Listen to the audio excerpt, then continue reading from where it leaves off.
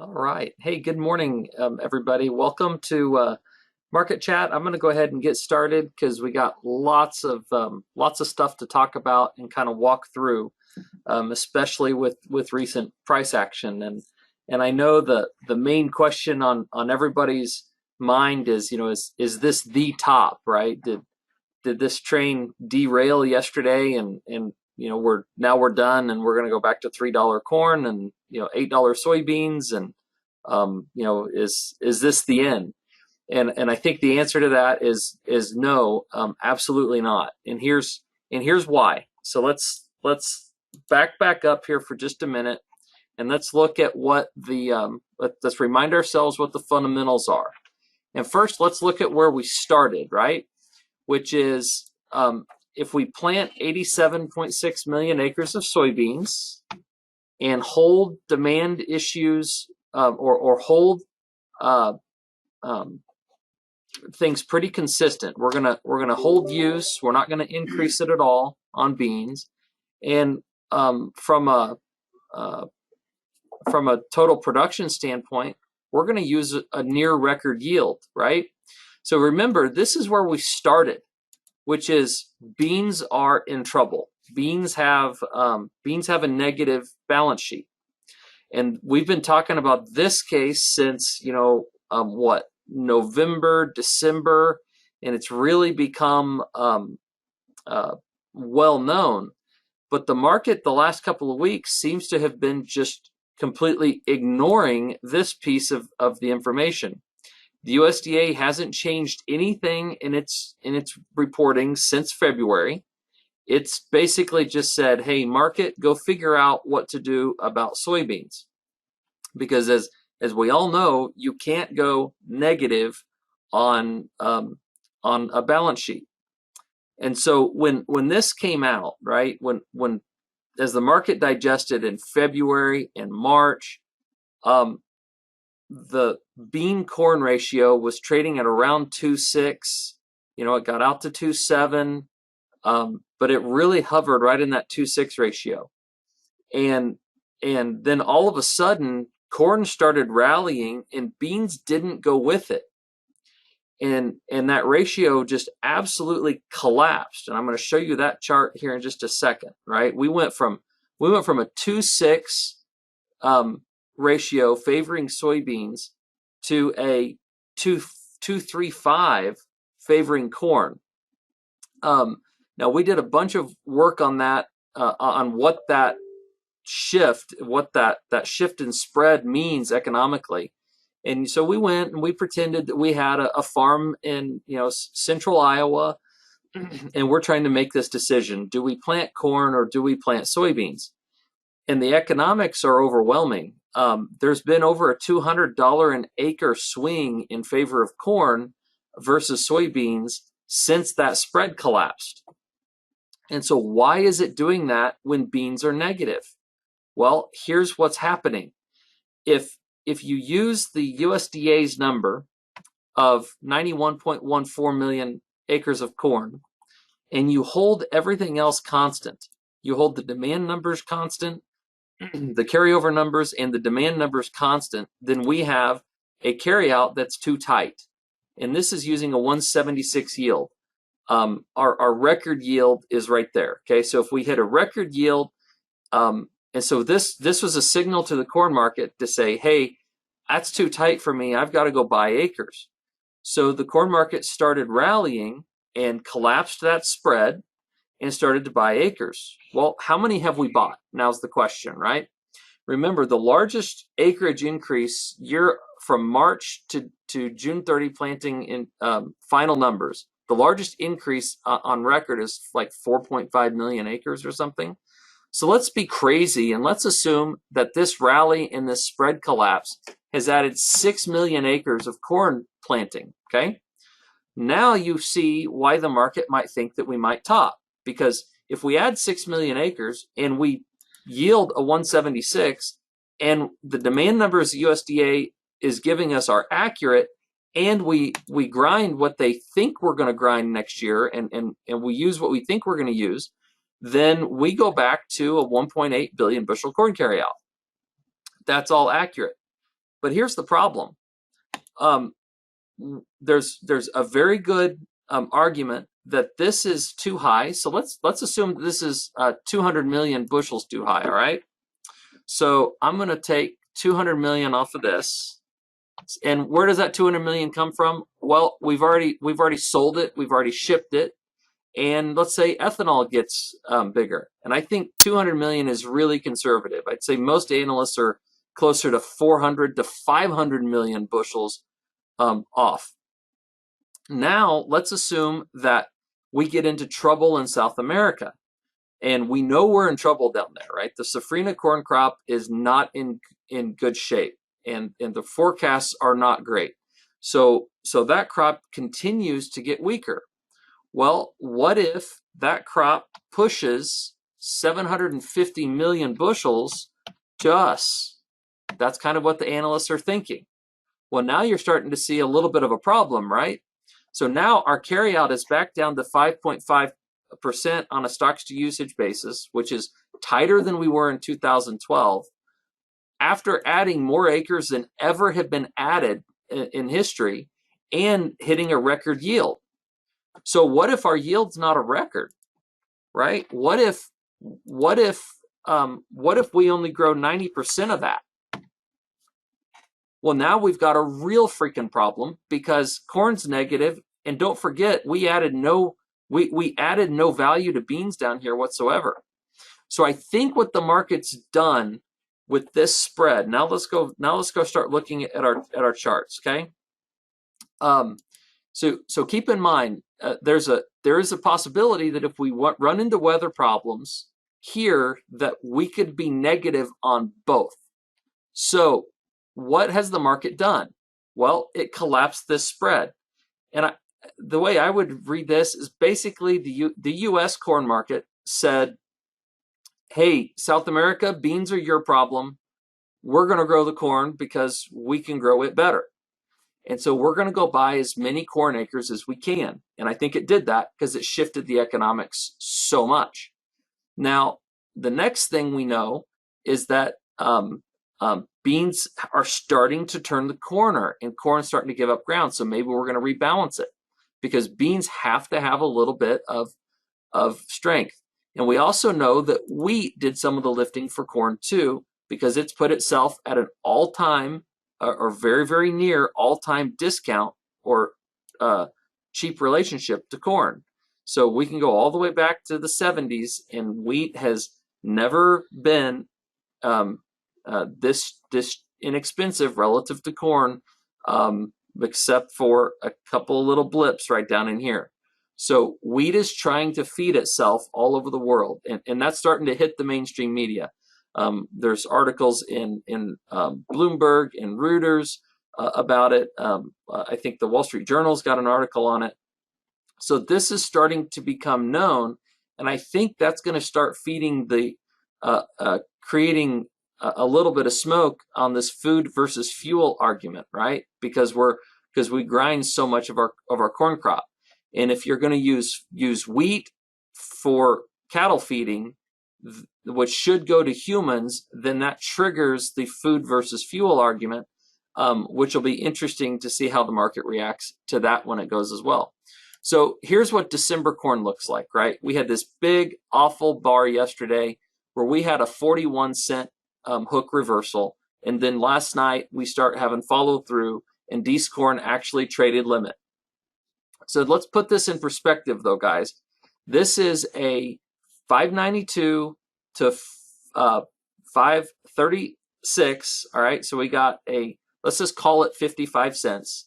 We got a 55-cent collapse, and we're only back to where we were last Wednesday. There's nothing bearish on this chart save this reversal. Will it top eventually? Yes, of course it'll top eventually, but we haven't taken anything out that's significant yet except for yesterday's low. And so we expected lots of volatility when this market started to pick up.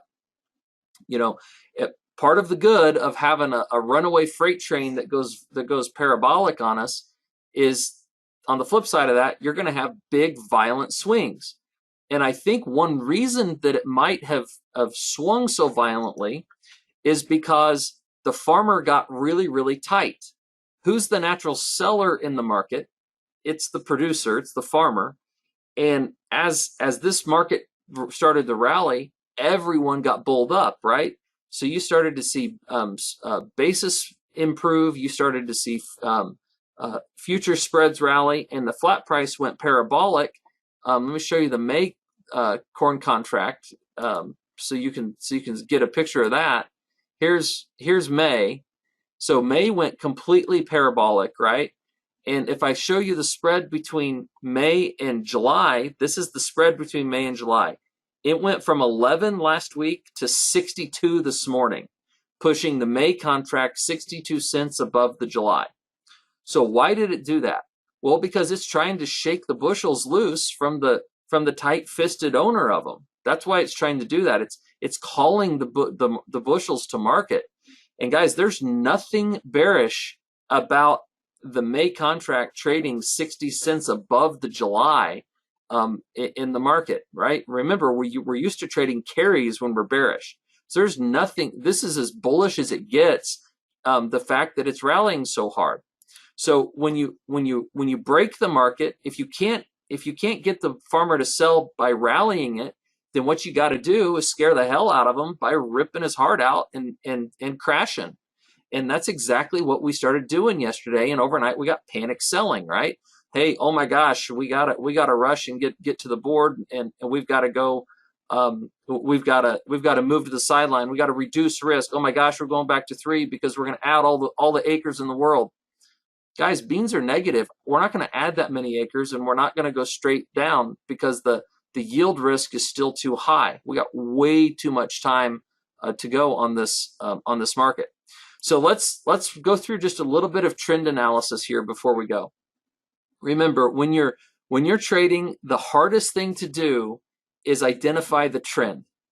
Trends can go up, they can go down, and they can go sideways. And it's really, really difficult to identify a trend because the market throws head fakes at you. And so you've got to use a whole bunch of different indicators, and you've got to kind of keep your head wrapped around them in order to look at what we've got. And as you guys know that have followed me, I like these clouds, and I like these this MACD, and I like this force index. And what we look for are divergences. So here we are in July corn. There is nothing bearish about July corn on this MACD. It's reached an all-time peak. The force index has reached a peak. We're solidly above all of our resistance line. We're in bullish wave territories. Our DeMark indicators are ticking higher. They're indicating that this trend is strong, and we've got nothing on here that has been violated. Now, do I think that we're quite done with a correction? No, I really don't, because a move of this size, right? Let's call it from 518 to 684, all right? So you got this huge move.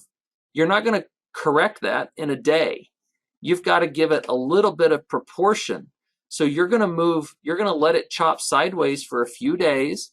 You're going to let it burn off this overbought condition, and then the buyers can start to emerge. And we also know that corrective moves tend to overlap, and they kind of just drag on. So what I think we're going to do is rally a little bit. We may even rally a little today. I think we're going to rally kind of right up into here, and then I think we're going to fade right back down to the top of this cloud. We may even break the 4-hour cloud, but I'm looking at this low right here. It's 619 on the July chart. That's the low that I really don't want to see fall away. And that was set back here. Let me see here, way back on history on the 23rd of April. So it was set last week, right?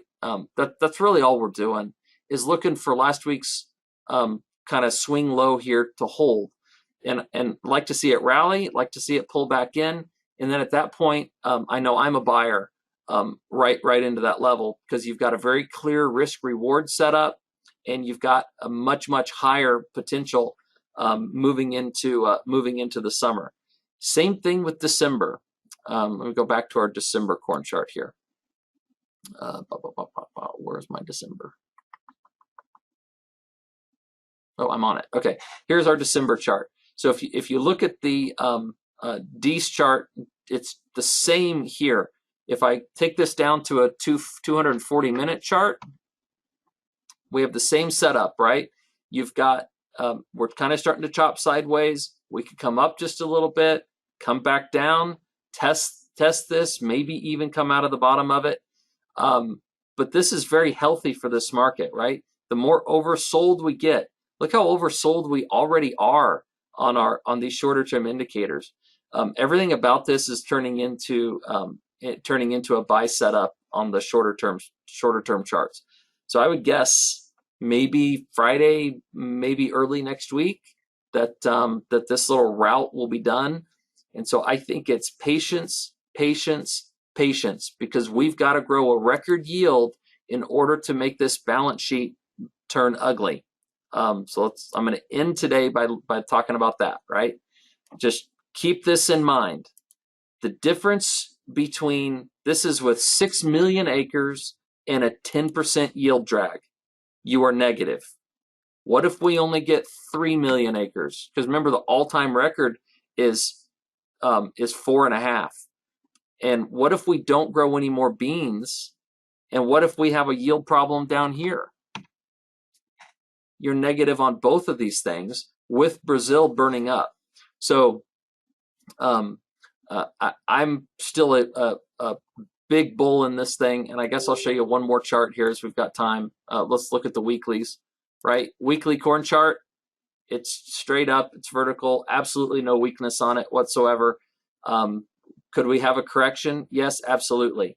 Let me show you the last couple times we had a week like this, okay?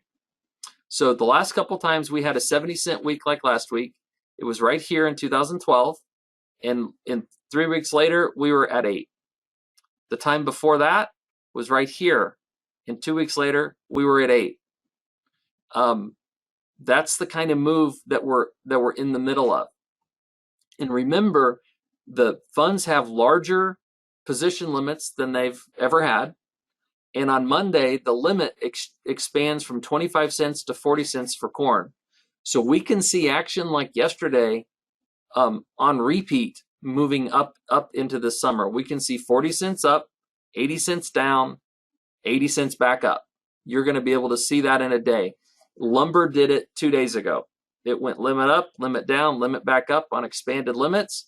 And it's because the market is trying to digest and it's trying to ration demand. So there's been nothing changed that would cause this chart to break back down into here. So I think breaks are for buying, and you got to stick with it. All right, soybeans. Basically the same thing with soybeans, except for I'm actually turning more bullish beans because that situation is even getting more drastic as we shift acres to corn, right? So this is November beans. We got a gap here overnight. We got lots of selling. Beans have behaved very strangely into this market, even though we've rallied. So nothing on this chart is scary.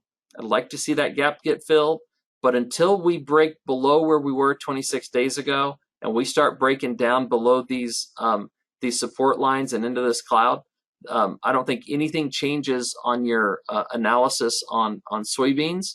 Your July beans are the same way. They're even more bullish than your Novi beans. We're above our cloud. We have a nice little bounce coming this morning. I don't think the correction's done. Kind of like corn, I think we're gonna extend it a couple more days, but I think the downside's pretty limited. We're 1430 down here. 1430 seems like it's far away, but in beans, we just have to wrap our heads around the fact that they're going to move 60 cents at a time because the volatility is there and the underlying fundamentals are so dynamic. It's going to take those kinds of swings for this market to sort itself out. So we're bullish. I don't see any reason to do anything from a marketing standpoint yet.